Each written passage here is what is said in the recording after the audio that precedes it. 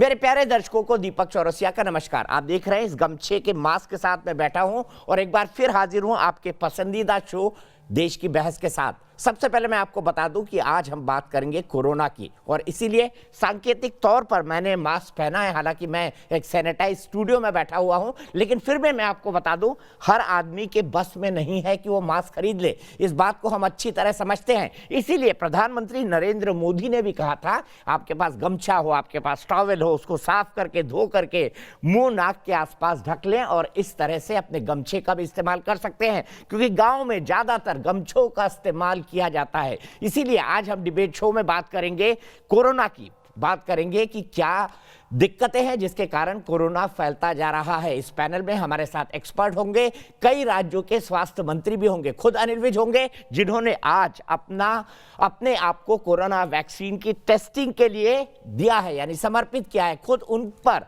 Corona की testing हो रही है। लेकिन सवाल सबसे बड़ा यह है कि दिल्ली, गुजरात और राजस्थान में हालात क्यों खराब होते जा रहे हैं और सरकार ने इस पर क्या कदम उठाए हैं। सवाल यह भी है कि खराब हालातों के लिए हम यानी समाज कितना जिम्मेदार है। सबसे पहले देखते हैं ये पूरी रिपोर्ट।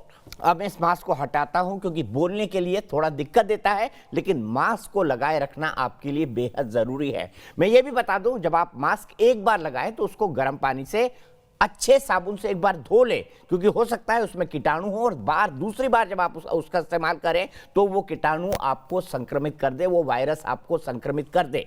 मैं समझ सकता हूं कि देश में हर आदमी मास्क नहीं खरीद सकता, लेकिन उसका भी घरेलू नुस्खा आज से कई दिन पहले, इनफैक्ट पहले दिन खुद प्रधानमंत्री नरेंद्र मोदी जी हमको समझा चुके हैं। इसीलिए देश की बहस में हमारा आज का सवाल इसी से जुड़ा हुआ है, क्या कोरोना के फैलने का कारण लोगों की लापरवाही है?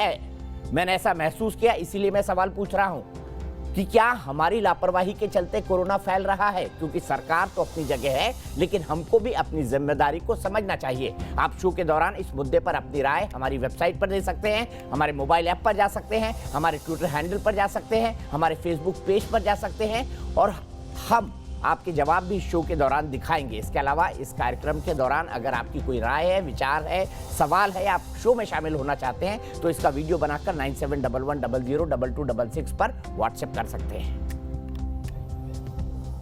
सबसे पहले मैं अपने पैनल को इंट्रोड्यूस कर देता हूं। मेरे साथ कई सारे खास मेहमान आज जुड़े हुए हैं। मेरे साथ भारतीय जनता पार्टी के राष्ट्रीय प्रवक्ता डॉक्टर संबित पात्रा हैं। खुद वो एक डॉक्टर हैं, उनसे ज्यादा बेहतर तरीके से इस बीमारी के बारे में कौन समझ सकता है। मेरे साथ आतिशी मलरेना जी हैं, जो कि आम आदमी पार्टी की राष्ट्रीय प्रवक्ता हैं। मेरे साथ अभिषेक दत्त जी हैं, कांग्रेस के राष्ट्रीय प्रवक्ता हैं। मेरे साथ डॉक्टर एम वली हैं, जो बहुत ही जाने माने फिजिशियन हैं, राष्ट्रपति के डॉक्टर रह चुके हैं, कई सारे महामहिम राष्ट्रपतियों के। मेरे साथ MC मिश्रा जी हैं, देश के जाने माने डॉक्टर्स में से एक, जो कि एम्स के डायरेक्टर रह चुके हैं। थोड़ी देर में मेरे साथ डॉक्टर कौशल कांत मिश्र भी जुड़ेंगे, लेकिन सबसे पहले मैं चलता हूं हरियाणा के स्वास्थ्य और गृह मंत्री डॉक्टर अनिल विज के पास, जिन्होंने आज एक मिसाल पेश की है। जो वैक्सीन का ट्रायल 3rd स्टेज में हो रहा है, उसमें डॉक्टर अनिल विज ने खुद अपनी हिस्सेदारी करी है, इनफैक्ट इंजेक्शन लगवाया है, ताकि ये देखें कि बॉडी पर कोई दुष्प्रभाव तो नहीं हो रहा। डॉक्टर अनिल विज जी, सबसे पहले मैं जानना चाहूंगा आपसे, आप खुद हेल्थ मिनिस्टर हैं, आप अभी एक मेजर सर्जरी से उठे हैं, इसके बाद भी आपने वैक्सीन लगवाई, ट्रायल के अंदर आप शामिल हुए हैं, क्या आपको डर नहीं लगा? और दूसरा सवाल, वैक्सीन की ट्रायल तभी हो पाएगी जब लोग अपने आप को वैक्सीन की ट्रायल के लिए देंगे। आपने क्या सोचकर वैक्सीन का ट्रायल अपने ऊपर करवाया अनिल विज जी? आप तो कई लोगों को और खड़ा कर सकते थे। देखिए, वैक्सीन कब तक आएगी ये तो मैं नहीं बता सकता हूँ, लेकिन अब इसका 3rd फेज़ और लास्ट फेज़ शुरू हो गया, जिसमें लगभग 25,800 लोगों पर इसका ट्रायल किया जाएगा।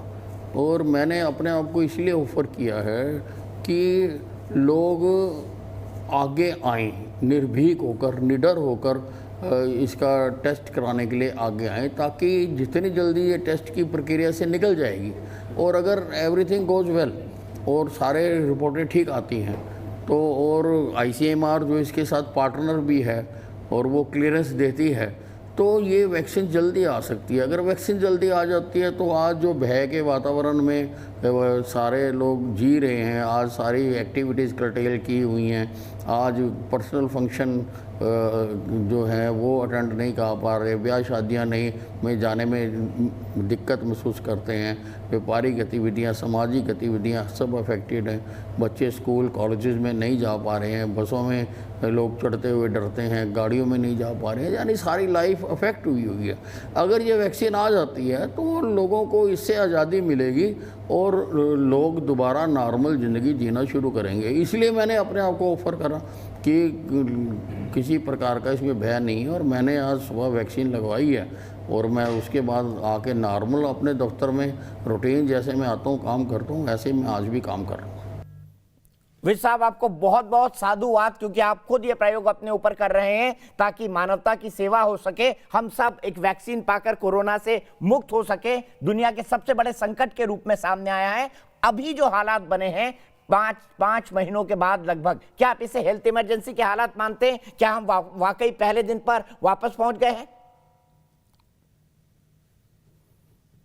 कि जैसी भी परिस्थितियाँ आती हैं, हम पहले दिन से कोरोना के खिलाफ लड़ रहे हैं और हमारा रिकवरी रेट भी बहुत अच्छा हमारा है, और जो मोर्टेलिटी रेट है वो भी हमने 1% के आसपास ही रखा है, उससे भी हम नीचे करने की उसके लिए काफ़ी कोशिश कर रहे हैं। और मैंने अभी सारे विभागों की मीटिंग बुलाई थी और सबको कहा है कि वो जो कोरोना के प्रोटोकॉल हैं उसको सख्ती से लागू करवाएं सब जगह पर।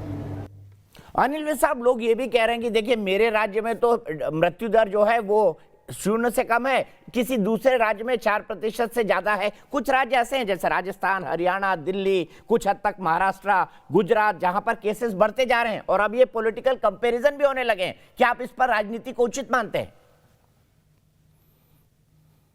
नहीं, गलत कर रहे हैं जो राजनीति कर रहे हैं। ये तो समय है एक सूक्ष्म दुश्मन जो अदृश्य है, नज़र नहीं आता है, जिसने मानव जाति पर प्रहार किया है, हमला किया है, उससे लड़ने की है। और हम सब अपने अपने जगह पर लड़ें, तो उससे पार पाने की कोशिश करें।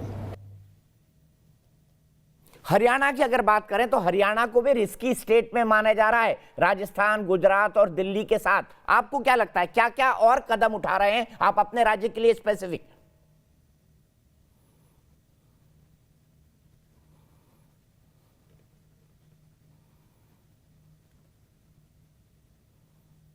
हमने सारे जो थे, हमने सब जगह पर आइसोलेशन बेड्स बनाए हैं, सारे अस्पतालों को हमने इक्विप किया है, सब जगह पर वेंटिलेटर बनाए हैं, कोविड वार्ड बनाए हैं, हमने क्रिटिकल कोरोना केयर सेंटर बनाए हैं।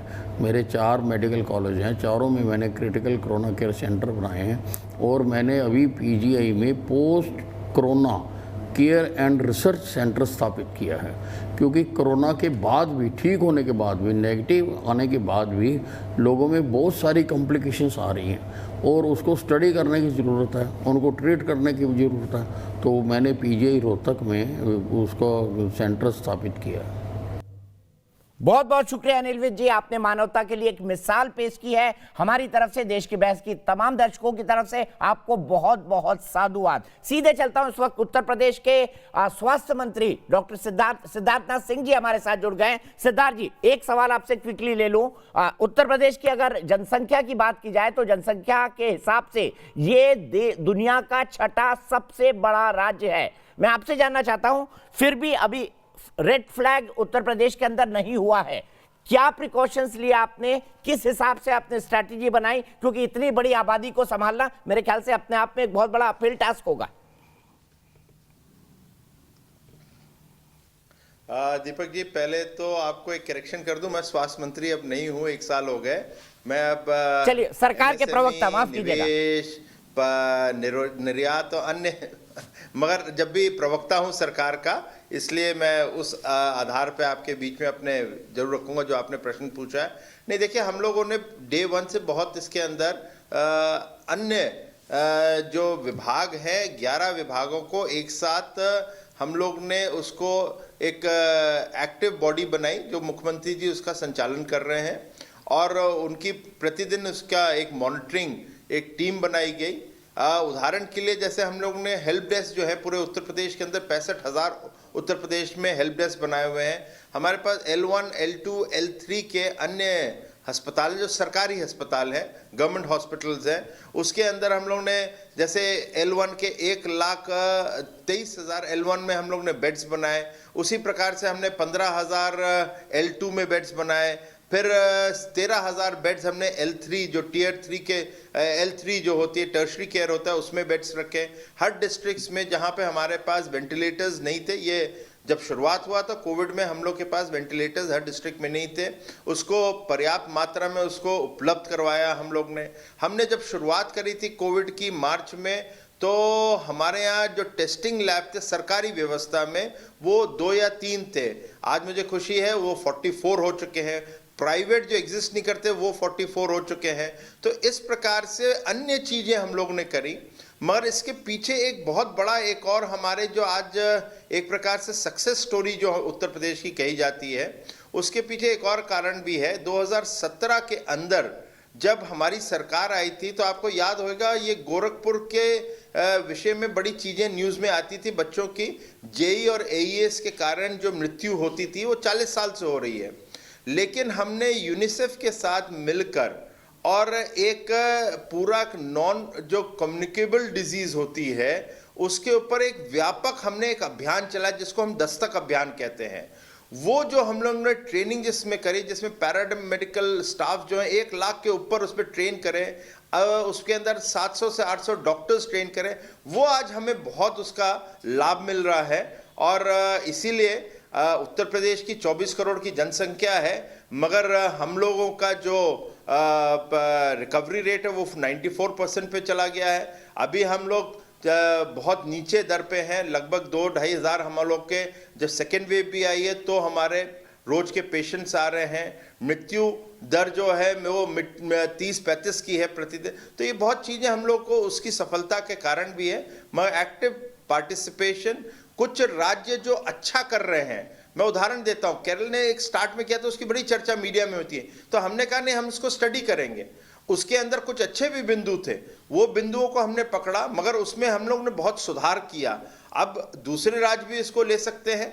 तो इस प्रकार की जो चीज़ें हैं उत्तर प्रदेश ने करी, मगर मुख्यमंत्री जी ने इसमें कहा है जब तक कि वैक्सीन नहीं आती कंधे इस पे लड़ाई में झुक नहीं सकते, कमर आपकी कसी की कसी रहनी चाहिए। आज भी हम सब लोग मिलकर इसमें ये कार्य कर रहे हैं। बहुत बहुत शुक्रिया सिद्धार्थनाथ सिंह जी, आप हमसे जुड़े, आपने उत्तर प्रदेश का पर्सपेक्टिव बनाया। देश की बहस की शुरुआत करता हूं, सीधे चलता हूं डॉक्टर संबित पात्रा के पास। डॉक्टर पात्रा, आप खुद एक डॉक्टर हैं, मैं आपसे समझना चाहता हूं दिल्ली में हालात आखिरकार इतने क्यों बिगड़ गए कि हम न्यूयॉर्क और साओ पालो से ऊपर जाते जा रहे हैं उस रेट पे जिस हिसाब से इन्फेक्शन हो रहा है हमारा। देखिए दीपक जी, अभी हमने 2 राज्यों के मतलब एक राज्य के स्वास्थ्य मंत्री और दूसरे राज्य के सरकार के प्रवक्ता को सुना कि किस प्रकार वो खुद आगे बढ़कर काम कर रहे हैं, और ठीक उसी प्रकार आज का जो ये बहस है एक सार्थक बहस होना चाहिए। डॉक्टर वली जैसे और एम्स के पूर्व निदेशक जैसे डॉक्टर मिश्रा जैसे यहाँ बड़े लोग बैठे हुए हैं, तो स्वाभाविक है तू मैमे का डिबेट नहीं होना चाहिए। दीपक भाई, आपको ये समझना होगा कि जहाँ तक दिल्ली का सवाल है, चंद दिनों से दिल्ली में जो परिस्थिति है, कहीं ना कहीं, जैसे हम भी दिल्ली में रहते हैं, आप भी दिल्ली में रहती है, बहन अतसी भी दिल्ली में रहती है, हम सबके मन में कहीं ना कहीं घबराहट है। और हमारे कई जानने वाले लोग ना केवल सफ़र किए हैं, कई जानने वाले लोग इस दुनिया से चले जा चुके हैं, वो परलोक सिधार गए हैं। अभी हाल फिलहाल में ही हमने देखा कि बहुत सारे ऐसे जानकार लोग आज हमारे बीच में नहीं हैं, तो ये चिंता का विषय तो है।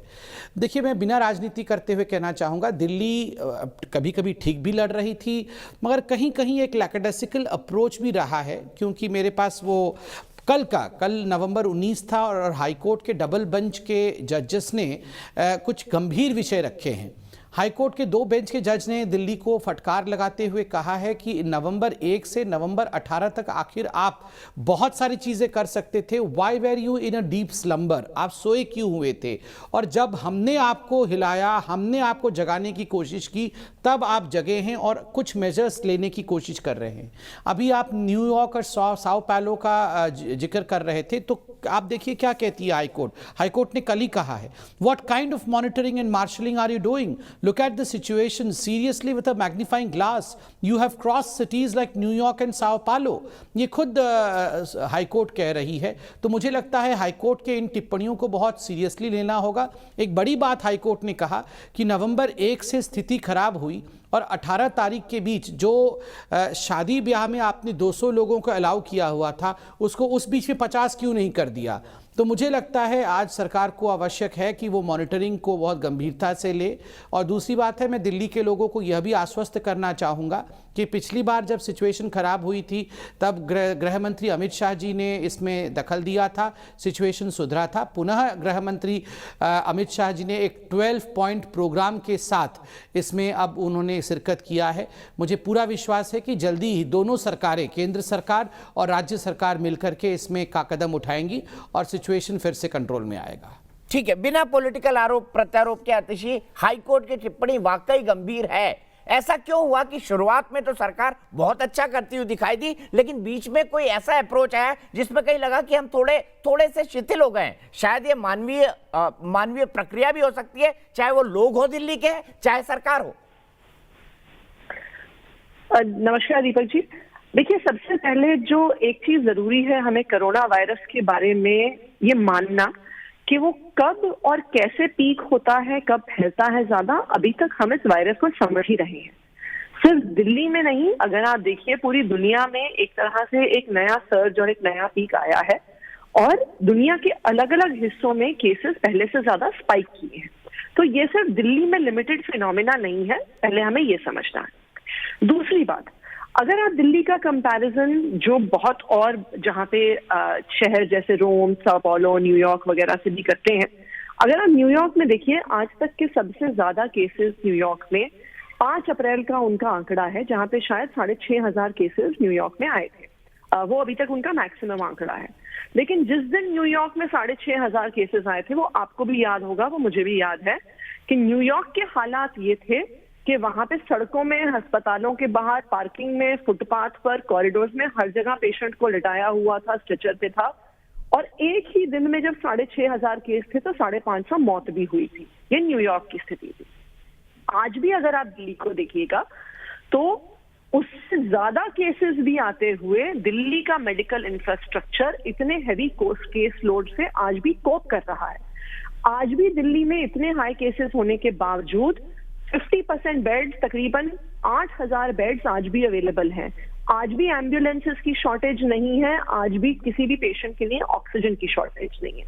हाँ, बिल्कुल एक चीज की शॉर्टेज थी जो करीब 2.5 से 3 हफ्ते पहले हमने खुद केंद्र सरकार को बोला, हमने स्वास्थ्य मंत्री को, केंद्रीय स्वास्थ्य मंत्री को, हमारे स्वास्थ्य मंत्री सत्येंद्र जैन ने लिखा और उसके बाद चीफ मिनिस्टर ने खुद गृह मंत्री को पत्र लिख के कहा कि दिल्ली में हमें जो एक चीज की कमी हो रही है वो है आईसीयू बेड्स, क्योंकि प्रदूषण की वजह से इस समय जो कोरोना के केसेस आ रहे हैं उनकी सीवियरिटी बढ़ रही है। तो हालांकि आपके पास ऑक्सीजन बेड्स आज बहुत मात्रा में अवेलेबल है, लेकिन आईसीयू बेड्स की कमी थी और उन आईसीयू बेड्स के लिए हमने खुद केंद्र सरकार को लिखा और हम केंद्र सरकार का धन्यवाद भी करते हैं कि उन्होंने कहा है कि वो हमें 250 बेड्स, वैसे तो उन्होंने 24 घंटे कहा था, पर मैं उम्मीद कर रही हूँ कि हफ्ते भर में भी अगर हो जाए और आने वाले 1 महीने में 500 और आईसीयू बेड्स देंगे, जिनका इन 750 आईसीयू बेड्स का हम उम्मीद कर रहे हैं, जिससे दिल्ली वालों को भी बहुत फायदा होगा। तो देखिए, सरकार की दृष्टि से अगर आप देखिए तो सरकार मेडिकल इंफ्रास्ट्रक्चर प्रोवाइड कर सकती है, जो सरकार ने किया है। लेकिन जो एक समस्या जो मैं समझती हूँ वो आई है कि पिछले 8 महीने में लॉकडाउन, लिमिटेड लॉकडाउन, लोगों के घर में रहना, एक तरह से कोविड फटीग भी सिटीजन्स में आ गया था, जिसकी वजह से जब त्योहार का सीजन आया तो लोग अपने घरों से भी बाहर निकले, बाजारों में भी गए। उन्होंने जो 8 महीने से अपने दोस्तों, रिश्तेदारों को नहीं मिले, उस प्रक्रिया में मुझे लगता है कि लोगों से भी ढिलाई हुई। अब हमने मास्क ना पहनने पे 2,000 का फाइन किया है, ये भी कोई बहुत अच्छी स्थिति नहीं है। जहां पे शहर में इतनी गरीब जनता रहती है, वहां पे 2,000 का फाइन भी एक बहुत भारी चीज है। और इस प्रकार का जो डंडा चलाने वाली नीतियां हैं, वो भी कोई आसानी से हम लाना भी नहीं चाहते, पर एक परिस्थिति पे आई है, इसको हमने शामिल किया है। और अवेयरनेस कैंपेन तो जैसे आप भी जानते हैं कि एक बहुत बड़े स्तर पर काफी समय से चल ही रहा था। और आपके चैनल के माध्यम से मैं दिल्ली की जनता से और देश की जनता से भी आग्रह करना चाहूंगी कि मास्क पहनने पे ढिलाई बिल्कुल नहीं होनी ठीक चाहिए। है आतिशी, मैं आऊंगा कि हाई कोर्ट की इन टिप्पणियों पर आप किस ढंग से सोचती है। मेरी देश की बहस जो है वो काफी फायरिंग होती है, लोग आपस में झगड़ते हैं, लेकिन आज मैं झगड़ा नहीं चाहता हूं क्योंकि दो विद्वान यहां पर बैठे हुए हैं, मैं उनके पास भी जाऊंगा। लेकिन उससे पहले कोमल उपाध्याय, मेरी माननीय दर्शक मुंबई से जुड़ गई हैं। कोमल, आपको क्या लगता है, क्या हम लापरवाह हो गए हैं या ऐसा लगता है कि भाई सब कुछ चलता है, जो एटीट्यूड भारतीय हिंदुस्तान में बड़ा प्रबल रहता है, सब कुछ चलता है वाले एटीट्यूड में हम फिर वापस आ गए?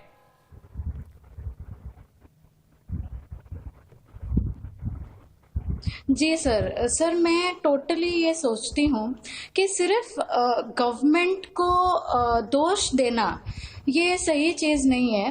कहीं ना कहीं ये जो पीक पे राइज हुआ है या ज्यादा हुआ है कोविड केसेस, वो इसी वजह से हुआ है क्योंकि हमने लापरवाही बरती है। अगर हम ये सोचें कि हमको इंफ्रास्ट्रक्चर, मेडिकल इंफ्रास्ट्रक्चर चाहिए या बेड्स ज़्यादा चाहिए या फिर मेडिकल चीज़ें ज़्यादा चाहिए, इसके बजाय हम ये प्रण क्यों नहीं लेते कि हम कोविड पॉजिटिव होंगे ही नहीं। भले लोग मास्क पहन रहे हैं पर सोशल डिस्टेंसिंग है ही नहीं। जब तक हम ये स्वीकार नहीं करेंगे कि कोरोना की कोई वैक्सीन नहीं है और हमको इसका सिर्फ एक ही इलाज है कि हमें इन्फेक्ट नहीं होना है, अभी फिलहाल की जो स्थिति है उसमें हमारी ही कहीं ना कहीं लापरवाही है जिसके वजह से ये इन्फेक्शन बढ़ा है और लोग इन्फेक्ट हो रहे हैं। सही कहा कोमल जी आपने। आज के दौर में गवर्नमेंट बिल्कुल सही कहा कोमल जी आपने। और कोरोना के टाइम में पॉजिटिव शब्द भी नेगेटिव हो गया है। आपने शायद कोमल जी पहली बार सुना होगा कि पॉजिटिव शब्द भी नेगेटिव हो गया है। मानेंगे आप इस बात को? पॉजिटिव शब्द भी नेगेटिव हो गया है। सीधे अभिषेक जी के पास चलता हूं। अभिषेक जी, आपने केंद्र सरकार की बात भी सुनी, आपने राज्य सरकार की बात भी सुनी। आप पॉजिटिव शब्द नेगेटिव हो गया है कोरोना के कॉन्टेक्स्ट में अगर देखा जाए, मैं आपसे जानना चाहूंगा आपके हिसाब से क्या कोई कमी रह गई या हम लोग लापरवाह हो गए? देखिए, सबसे बड़ी बात यह है, नवंबर के महीने में फिर से कोविड के आंकड़े दिल्ली में बढ़ने शुरू हुए और मुझे पता है कि ये बहुत नई बीमारी है, काफी स्टेट गवर्नमेंट्स को नहीं समझ पाई। तभी सरकार के खुद के अगर सीनियर डॉक्टर्स ने जिन्होंने एडवाइजरी जारी करी, मैं बताना चाहता हूं, जो एनसीडीसी के डायरेक्टर हैं डॉक्टर पॉल, उन्होंने नवंबर फर्स्ट वीक में बहुत स्ट्रॉन्ग गाइडलाइंस जारी करी थी कोविड प्रिकॉशंस को लेके, जिसमें उन्होंने कहा था कि दिल्ली शहर में एक दिन में 15,000 केसेस नवंबर में बढ़ेंगे, जिसमें से लगभग 3,000 केसेस प्रतिदिन हॉस्पिटलाइजेशन और उसके 20% यानी कि 600 आईसीयू बेड्स प्रतिदिन दिल्ली में जरूरत पड़ेगी। दुख इस बात का है कि इतनी बड़ी एडवाइजरी को दिल्ली सरकार ने इग्नोर करा। दिल्ली के अंदर जो सोशल डिस्टेंसिंग बसेस में पहले होती थी उसको बंद कर दिया, मार्केट्स को खोल दिया। और जिस तरीके से भी आपकी जो चैनल के अंदर जो भी लेडी भी बात कर रही थी कोमल जी, वो यही कह रही थी कि दिल्ली के जो प्रोटोकॉल थे, सोशल डिस्टेंसिंग, मास्क, बसेस के अंदर जो रोक थी, उन सबको इग्नोर कर दिया गया। 1 नवंबर को दिल्ली में 51 डेथ्स थी और हमारा डेथ रेट 0.83% था और 18 दिनों के अंदर दिल्ली में 131 डेथ प्रतिदिन और 1.48 आपका डेथ रेट बढ़ गया। तभी हाई कोर्ट ने यह फटकार दिल्ली सरकार को लगाई। और मैं आपको बताना चाहता हूं आपके चैनल के माध्यम से, आज कोविड केसेस की जब क्रिमेशन के लिए बॉडी जाती है तो मिनिमम 5 से 6 घंटे की वहां वेटिंग है। दिल्ली के अंदर आईसीयू बेड्स अवेलेबल नहीं है। मैंने अभी डिबेट के दौरान देखा तो जो दिल्ली गवर्नमेंट की वेबसाइट है वो मात्र 122 आईसीयू बेड्स दिखा रही है और इसमें से मैक्सिमम आईसीयू बेड्स जो है वो ऑन एप्लीकेशन है, रियलिटी में अवेलेबल नहीं है। अगर आप किसी भी हॉस्पिटल में फोन करोगे तो आज वही हालत है जो न्यूयॉर्क की हालत है। लोग हॉस्पिटल्स के बाहर लेटे हुए हैं, एक बेड पे 3 पेशेंट लेटे हुए हैं। अगर इस दौरान सरकार ने, केंद्र सरकार ने भी और दिल्ली सरकार ने भी बिल्कुल भी रियायत नहीं छोड़ी होती, इनको जिस तरीके से इन्होंने काम करना शुरू करा था उस काम को नहीं छोड़ना चाहिए था, तो आज दिल्ली की हालत नहीं होती। ठीक है, आप सरकार को जिम्मेदार ठहरा रहे। अभिषेक जी, आपकी बात का जवाब मैं आतिशी पर लेने जाऊंगा, लेकिन मेरे एक दर्शक अर्जुन गंडास दिल्ली से जुड़ गए हैं। अर्जुन जी, अभिषेक जी ने अपनी बात कही, डॉक्टर पात्रा ने अपनी बात कही, आतिशी जी ने अपनी बात कही, आपको क्या लगता है, आपको क्या कारण दिखाई देते हैं?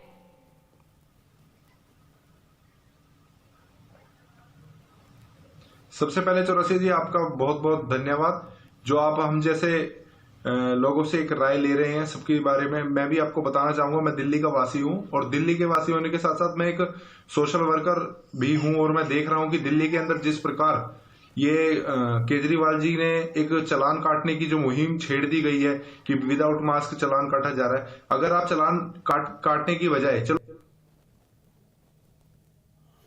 लगता है अर्जुन से हमारा संपर्क कट गया है, फिर जुड़ने की कोशिश करेंगे। लेकिन डॉक्टर वली और डॉक्टर मिश्रा, डॉक्टर वली आपको क्या लगता है क्यों ये पीक आ रहा है? हमको सबको पता है कि हम इसके बिहेवियर को प्रिडिक्ट नहीं कर सकते। आपको टेक्निकली और मेडिकली क्या कारण दिखाई देते हैं इसके, क्यों इस तरह से बिहेव हो रहा है कि पूरे वर्ल्ड के अंदर एक दूसरा या तीसरा पीक देखा जा रहा है? आप क्या समझ पा रहे हैं इसको? यह तो आप लोग सब बता रहे थे, सब वाकई वो एक्सपर्ट बता रहे थे। आप तो आज गमछा लगा के आए, आपने तो सारा इसका राजी खोल दिया। ये जो लॉकडाउन की कल हम बात कर रहे थे, परसों बात कर रहे थे, मैंने बहुत सिंपल कर दिया। लॉकडाउन यहाँ पे होना चाहिए, नाक पे, मुंह पे, आंखों पे ये लॉकडाउन, दूसरा पैरों पे लॉकडाउन, ताकि हम घर से बाहर ना निकलें। गमछा जो आपने दिखाया है, गमछा ही तो है, यहीं से तो कोरोना जा रहा है। मुख्य द्वार, प्रवेश द्वार, जो मुख्य द्वार है वो यही है, कोरोना का द्वार। इसको नहीं बंद किया, डिस्टेंस पे नहीं रहे। और ये कल मुझसे एक चैनल की एंकर ने पूछा कि क्या दिल्ली सरकार सो रही थी? मैंने बहुत अच्छा जवाब दिया। मैंने कहा नहीं, ज़्यादा जाग गई थी। तो ज़्यादा जागने की बात जो भी की गई, मेट्रो खोली गई और भी चीज़ें खोली गई, शादी में नंबर बढ़ा दिए, तो कम करें, अब करें। बढ़ाए थे, क्यों बढ़ाए, क्यों थे बगैर सोचे समझे? सब चीज़ें हम लोग खोलते गए। उसकी कोई स्टडी तो नहीं की। एक्सपर्ट आके बता रहे थे जाड़ा आ रहा है, पोल्यूशन आ रहा है, पराली जल रही है। पराली और पोल्यूशन इसका वाहन होता है। खूब वाहन पे चढ़ चढ़ के कोरोना नाकों में गया। खूब ठंड के मौसम में कोरोना बढ़ गया। सब देखते रहे, किसी ने फिक्र नहीं की। त्यौहार भी आए, त्यौहार के लिए दवा के शॉपिंग हुई खूब मार्केट में, जिसमें अब जाके भीड़ दिख रही है, उसमें पहले क्यों नहीं भीड़ दिखी? तो ये सब एक क्युमुलेटिव इफेक्ट हुआ। इसमें सब शामिल हैं, सब इक्वली भागीदार हैं। लेकिन पब्लिक को एजुकेट करना शायद किसी स्टेज पे अगर हम भूल जाएंगे तो इसमें नुकसान सबका होगा। और वो पॉश लोकेलिटीज़ में भी ज़्यादा शॉपिंग हुई है, जो साउथ दिल्ली की तरफ के कहलाते हैं। इसका मतलब ये है कि लोग दिवाली के लिए, दिवाली से पहले, दशहरे के लिए, उससे पहले भी उपलब्ध था, उसके लिए तो खूब बाहर निकले और ख्याल नहीं किया। बच्चे भी बाहर निकले, बड़े भी निकले। मैंने लोगों से कल कहा था कि अगर आप घर से 500 रुपये रख के ले जा रहे हैं और 4000 रुपये लेके आ रहे हैं तो आप प्रोडक्टिव बाहर निकल रहे हैं। और घर से 500 रुपये लेके जा रहे हैं और आप 300 रुपये खर्च करके 200 बचा के ला रहे हैं, तो आप प्रोडक्टिव वे में नहीं कर रहे हैं। ये इकोनॉमी को आप आसान नहीं कर रहे हैं, बढ़ा नहीं रहे हैं, तो आप मत जाइए। तो एक तो है बेड़ी, एक लॉकडाउन है ये लॉकडाउन यहाँ, क्योंकि लॉकडाउन की बात अब नहीं हो रही है, परसों और कल हो रही थी। और एक लॉकडाउन है नीचे पैरों का। ये दो अनुशासन, और तीसरा जो आपने दिखाया है ना, बहुत बढ़िया, सबके लिए, गांव वालों के लिए, ये वाला, ये क्रक्स ऑफ द मैटर है कोरोना के फैलने का। ये मुख्य द्वार को बंद करेंगे जैसे बताया हमारी गेस्ट ने, और हम घर में रहेंगे। हाँ, मैं ये नहीं कह रहा रेडी वाले, ठेले वाले जो रोज़ कुआं खूदते हैं, रोज़ पानी निकालते हैं, जो रोज़ नौकरी पे जाते हैं, जो मॉल्स पे नौकरी करते हैं, जो हम जैसे लोग ड्यूटी पे जाते हैं, उनके लिए।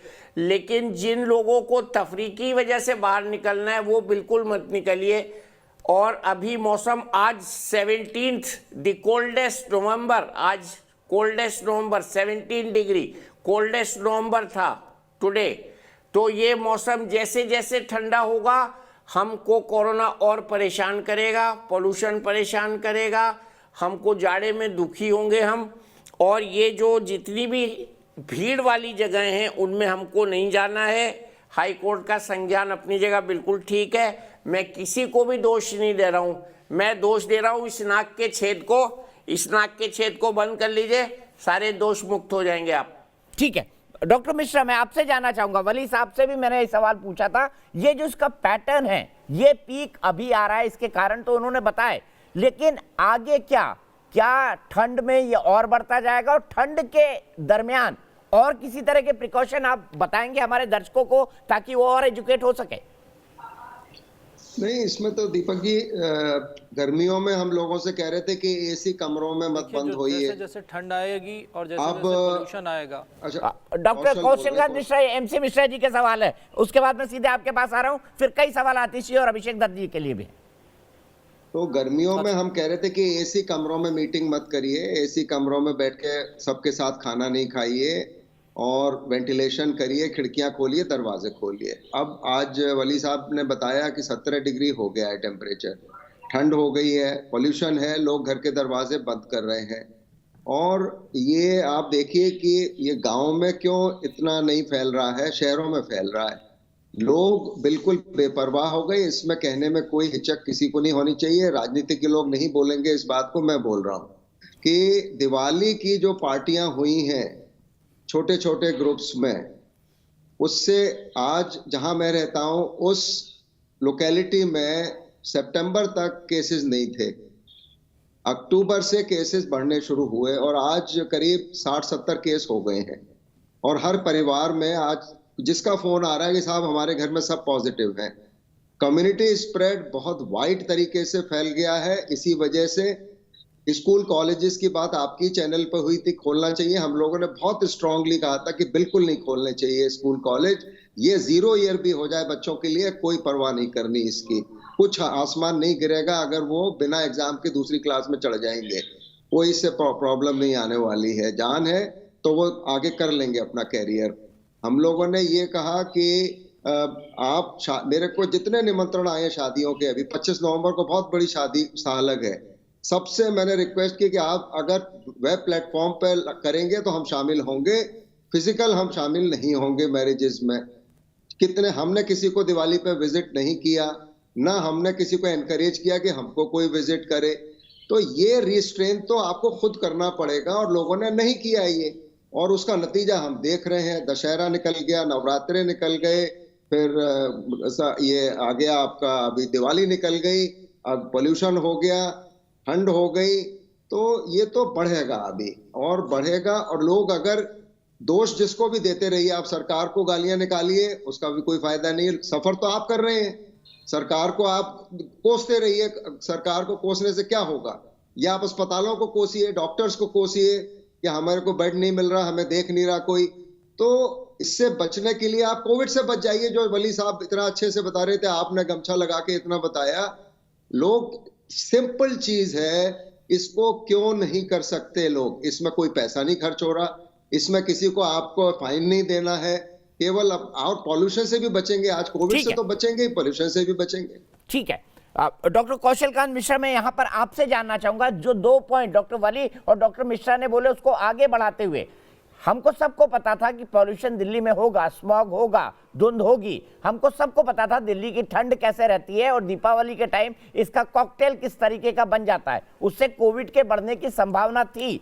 क्या दिल्ली में सरकारों ने, चाहे केंद्र हो या राज्य हो, उस ढंग की प्रिकॉशन ली और क्या क्या कमी रही? मैं आपसे ये समझना चाहूंगा ताकि आतिशी भी उनको आगे बढ़ा सके और बता सके कि शायद ये कमियां रह गई, इनको दूर करने की जरूरत है।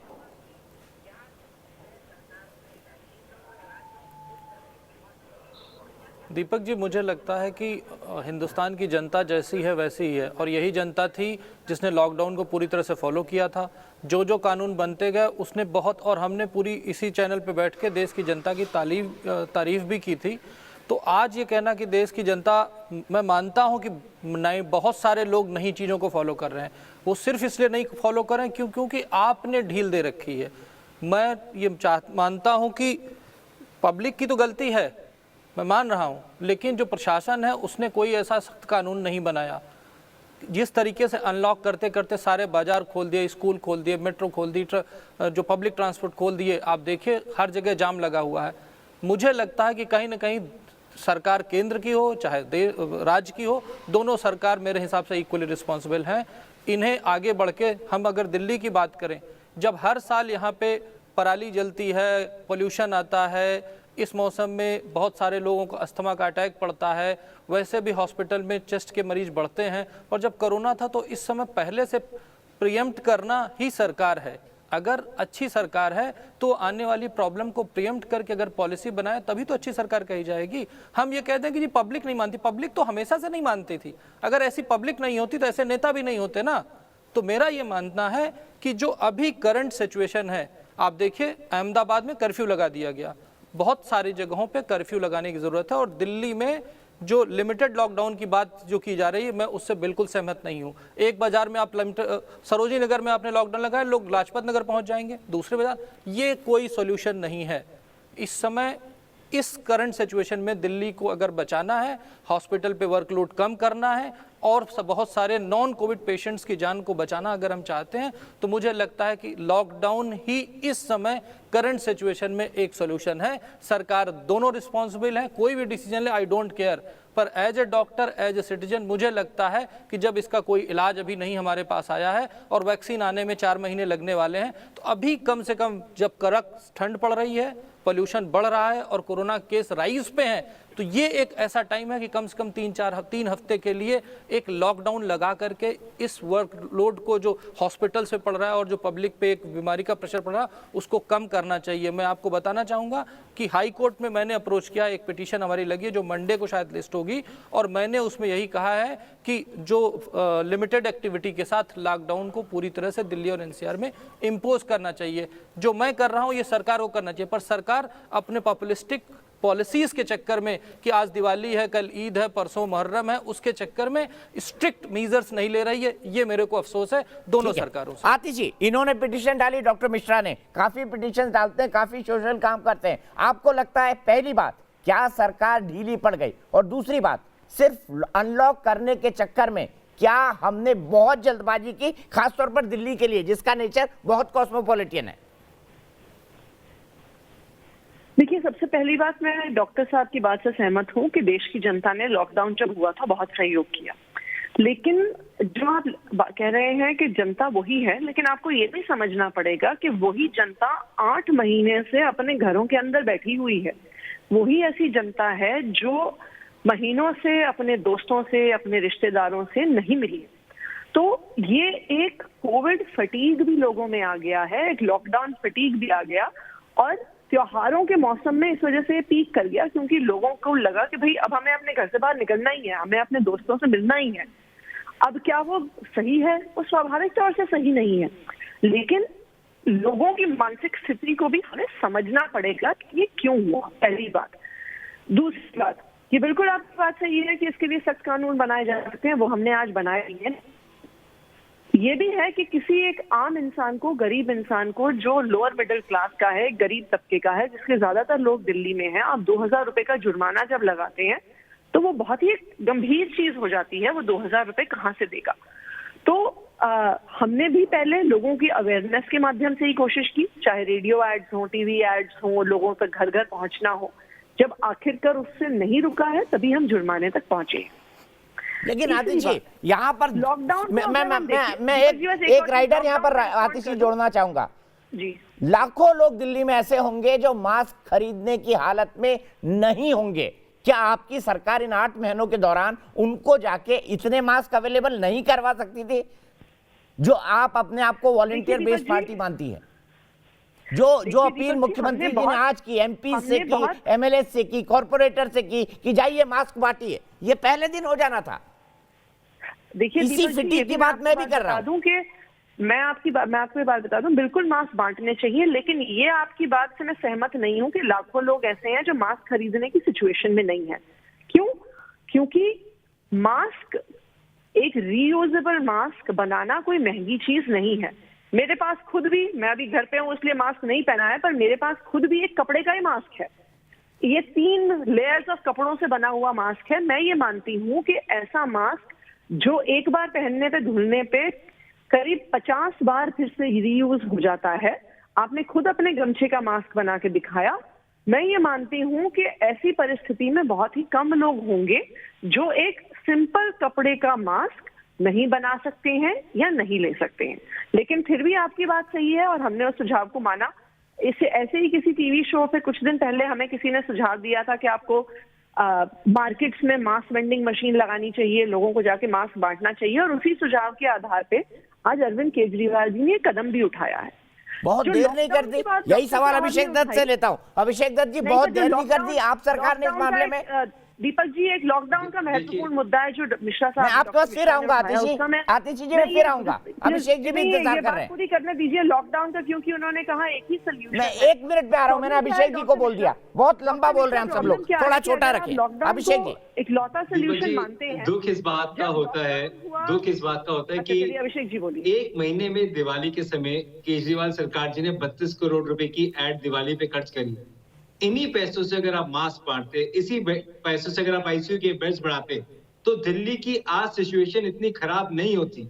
हमारे यहाँ प्रॉब्लम समझिए क्या है, जब हम बात करते हैं टेस्टिंग की, तो आम आदमी पार्टी बोलती है कि हम दिन में 60,000 टेस्ट कर रहे हैं, परंतु 60,000 में से जो मैक्सिमम टेस्ट है अप्रोक्सीमेटली 65 से 70% वो रैपिड टेस्ट है, और रैपिड टेस्ट की जो एक्यूरेसी है बहुत पुअर है। इससे होता क्या है, जो व्यक्ति अपना रैपिड टेस्ट करा के नेगेटिव आता है, वो फिर से बाहर बाजार में घूमना शुरू कर जाता है, और जब तक इसका आरटीपीसीआर टेस्ट होता है और 4 दिन बाद रिजल्ट आता है, तब तक वो समीकरण तब तक वो इतने ज्यादा लोगों को फैला चुका होता है कि दिल्ली का स्प्रेड रेट बहुत ज्यादा है। दिल्ली के अंदर हमने कॉन्ट्रैक्ट ट्रेसिंग एकदम बंद कर रखी है। अगर एक व्यक्ति को कोविड होता है तो उसकी कॉन्ट्रैक्ट ट्रेसिंग उसके पड़ोसियों के साथ, उसके परिवार के साथ, कहां वो घूमने गया उस जगह के साथ, जब तक हम इन चीजों पे काम नहीं करेंगे तब तक आप कोरोना को नहीं रोक पाएंगे। और मैं एक चीज आपको और बताना चाहता हूं, मैं अतिशी जी से रिक्वेस्ट करूंगा कि दिल्ली के अंदर जो हमारे ट्रांसपोर्ट फैसिलिटीज है, जो हमारी बसेस हैं, सारे प्राइवेट स्कूल्स बंद पड़े हैं दिल्ली में, आप उनकी बसेस ले लीजिए। आप बसेस के अंदर सोशल डिस्टेंसिंग फॉलो कीजिए। आज एक बस के अंदर 40 से 50 लोग दिल्ली में घूमते हैं, और सोचिए अगर आज दिन में मैं इनके हेल्थ मिनिस्टर की बात सुन रहा था कि छठ घाट में अगर किसी एक व्यक्ति को अगर कोरोना है तो घाट में जाके 50 को हो जाएगा। मैं ये चीज इनसे पूछना चाहता हूँ, जो एक व्यक्ति बस में जा रहा है जो संक्रमित है, वो बस से उतरते उतरते कितने लोगों को संक्रमित अपने साथ साथ कर देगा? बिल्कुल सही बोला दिल्ली के अंदर आज, और मेरा लास्ट एक रिक्वेस्ट और है इनसे, देखिए दिल्ली के अंदर सबसे बड़ी समस्या क्या है, हमारे यहाँ आंकड़े बहुत ज्यादा बढ़ रहे हैं बिकॉज इसमें एयर पोल्यूशन भी मिक्स हो रहा है। मैं रिक्वेस्ट करूंगा आतिशी जी से, आसपास की स्टेट्स उनसे बात कीजिए, जहां डॉक्टर्स फ्री हैं, जहां पे पैरामेडिकल स्टाफ फ्री है, आप उनको दिल्ली बुलाना शुरू कीजिए, क्योंकि आने वाले दिनों में जो आज का हाल है, दिल्ली की हालत इतनी बुरी हो जाएगी कि वही मरीज आपको रोड पे खड़े हुए दिखाई देंगे। अब समय लड़ने का नहीं है, अब समय दिल्ली को कोरोना से बचाने का है। उसमें हम भी इनको सुझाव दे रहे हैं, बाकी लोगों से भी सुझाव सुनिए और उसके ऊपर मिलकर काम कीजिए ताकि हम दिल्ली को बचा पाए। ठीक है, अभी आतिश जी यहाँ पे मैं लॉकडाउन के सवाल पर आऊंगा, लेकिन आपका भी सप्लीमेंट्री, आप लॉकडाउन पे जवाब दीजिए। हालत यह है कि मेरे ख्याल से अरविंद केजरीवाल जी हरियाणा के बाद उत्तर प्रदेश, इन दोनों राज्यों में कोई बहुत रेगुलर लेवल पे मुख्यमंत्रियों से संपर्क में शायद ही हो, क्योंकि प्रधानमंत्री के लेवल पे जो मीटिंग होती थी वो धीरे धीरे कम होती चली गई, और दिल्ली जिस तरह से है उस तरह से इन तमाम राज्यों से, इनफैक्ट राजस्थान तक से लोग रोज यहाँ पर काम करने आते हैं, वो स्थितियां और खराब करते हैं। क्या आपका कोई वाइब्रेंट कम्युनिकेशन है? और दूसरी जो बात अभिषेक ने कही, क्या जरूरत थी बसों में 100% कैपेसिटी लोगों की करने की? बसेस तो आप बढ़ा सकती थी स्कूल की लेके। देखिए, जो बसेस वाला सवाल है और जो लॉकडाउन वाला सवाल है, ये एक दूसरे से जुड़े हुए हैं। हमें ये समझना होगा, और मैं जो डॉक्टर मिश्रा की बात को रिस्पॉन्ड कर रही थी, क्योंकि उन्होंने कहा था कि हमें 100% लॉकडाउन करना चाहिए। जब 100% लॉकडाउन हुआ था, जब प्रधानमंत्री जी ने जनता कर्फ्यू के बाद 100% लॉकडाउन इम्पोज किया था और वो 2 महीने तक चला था, एक तरफ तो हमारे पास एक पब्लिक हेल्थ सिचुएशन थी जिससे लोगों की जान जा रही थी, लेकिन लॉस ऑफ लाइवलीहुड इतना बुरा हुआ उस दौरान कि हजारों लोगों की जान, हो सकता है जितने लोगों की कोविड से मौत नहीं हो उससे बहुत ज्यादा लोगों की मौत हो सकता है खाना ना मिलने की वजह से हो गई हो। इकोनॉमी पे जिस तरह का असर पड़ा है, आज भी पूरी दिल्ली की नहीं पूरी देश की अर्थव्यवस्था पे इतना हिट हुआ है कि लोगों के पास नौकरियां नहीं है, लोगों के बिजनेसेस बंद हो रहे हैं, लोगों के पास अपने बच्चों की स्कूल देने की फीस नहीं है। और जब इकोनॉमी डाउन होती है तो सरकार के पास भी टैक्स नहीं आता, सरकारों की देश भर में रेवेन्यू 50% पे आके टिक गई है। तो लोगों के लिए जीने मरने का सवाल सिर्फ कोरोना नहीं है, लोगों के लिए जीने मरने का सवाल अपनी रोजी रोटी भी है। उनकी रोजी रोटी इकोनॉमी से जुड़ी हुई है, इसलिए लॉकडाउन करना एक और तरीके से लोगों की जान पर भी खतरा लेकर आता है। और यही कारण है कि केंद्र सरकार ने आखिरकार एक अनलॉक की प्रक्रिया शुरू करी, क्योंकि जो इकोनॉमिक कॉन्सिक्वेंसेस थे वो एक तरह से आपके पब्लिक हेल्थ कॉन्सिक्वेंसेस से भी ज्यादा गंभीर होते जा रहे थे और उसका भी लोगों की जान पर असर था। डॉक्टर मिश्रा इसका जवाब देना चाहते हैं। आतिश जी, मुझे एक ब्रेक के लिए रुकना है। डॉक्टर मिश्रा से मैं इसका जवाब जरूर लूंगा, लेकिन उससे पहले विनय प्रजापति गुड़गांव से, चूंकि एनसीआर है इसलिए मैं विनय को स्पेशली जोड़ा है। विनय, आप बताइए, इतने पैनल की बातें आपने सुनी, क्या आपको लगता है मुख्य मुद्दा यहाँ पर क्या है? मुख्य मुद्दा सरकारों की लापरवाही या हमारी लापरवाही है, या आपको लगता है दोनों जगह मिसकम्युनिकेशन, मिसकोऑर्डिनेशन पूरी तरीके से हो चुका है? नहीं, ये तो आज सुन के, आतिशी जी को सुन के तो बड़ा दुख हुआ। वो 8 महीने बाद भी कह रहे हैं कि हम वायरस को समझ रहे हैं। मुझे लगता है समझने का काम साइंटिस्ट पे छोड़ना चाहिए, इनको प्रिकॉशंस पे ध्यान देना चाहिए था। और जिस तरह की रिसर्च आ रही है वो खुद भी पढ़ रही होंगी, उनके साइंटिस्ट एंड एवरी सिटीजन पढ़ रहे हैं, समझ रहे हैं कि आपका मास्क इज इफेक्टिव मीडियम। आप लॉकडाउन की क्यों बात कर रहे हैं? लॉकडाउन से लिवलीहुड जाता है, वो समझ में आता है सबको। लॉकडाउन सोल्यूशन नहीं है, लेकिन मास्क तो सोल्यूशन है। आपने मास्क को इम्प्लीमेंट करने के लिए कोई भी कड़े कदम नहीं उठाए हैं। कभी कभी तो सच में ऐसा लगता है कि जो त्रासदी आती है दिल्ली में, चाहे वो कोरोना हो या फिर रेगुलर आपका पॉल्यूशन हो, केजरीवाल के लिए एक एडवर्टाइजिंग की अपॉर्चुनिटी मिलती है, तो which is a very bad actually. आप काम कम करते हो, आप तमाशा ज्यादा करते हो, दिखाते ज्यादा करते हो। तो आई थिंक आपको थोड़ा सा ध्यान देना चाहिए। जो इफेक्टिव मीडियम है, स्पेशली मास्क, जो मैंने पढ़ा है कि अगर 80% लोग फॉलो करते हैं मास्क को, और तो कोरोना को 10 दिन के अंदर में काफी ट्रिम डाउन किया जा सकता है। बहुत अच्छी बातें बोली आपने और वाकई पॉइंटेड बातें बोली। मैं सबके पास आऊंगा, सभी मेरे एक्सपर्ट पैनल मौजूद हैं यहाँ पर। डॉक्टर मिश्रा जवाब देना चाहते हैं आतिशी को। डॉक्टर मिश्रा के जवाब से शुरू करूंगा सीधे ब्रेक के बाद।